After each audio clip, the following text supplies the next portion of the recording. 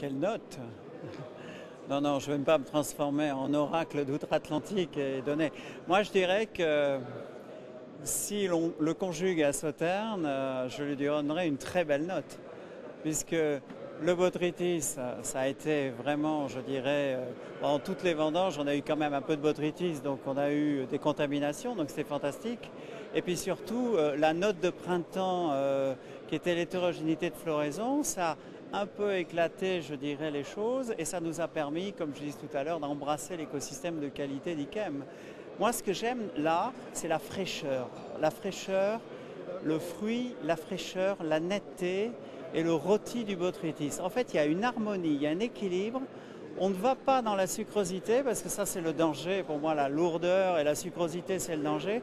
On est totalement aérien. Hein. C'est vraiment ces grand Yquem 2013 qui nous fait oublier le Yquem 2012 qui était malheureusement absent.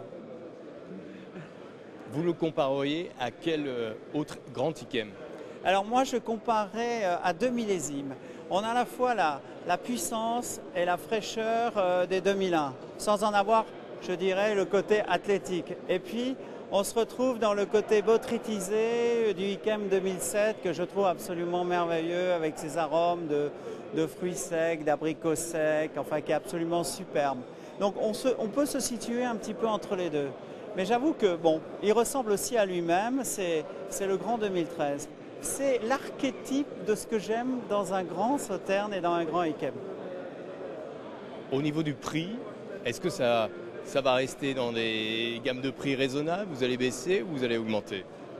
Écoutez, le contexte est un peu compliqué. C'est vrai que sur les rouges, on a fait, quoique sur les rouges, on a fait des bons vins aussi, et c'est beaucoup plus hétérogène. On a beaucoup décrié ce millésime en disant, bon, à Bordeaux, à cause de la climatologie, on fera... Non, les journalistes viennent et découvrent quand même des bonnes choses. Maintenant, ce qui concerne Sauternes, on est dans un cas particulier de vin très réussi. Donc, on pourrait se dire, il faut augmenter les prix. Je crois que si on pouvait déjà augmenter ou maintenir le prix que nous avons, que le vin se distribue et que ça soit un plaisir pour la distribution comme pour le consommateur, serait déjà, je dirais, un signe très bon pour Sauternes.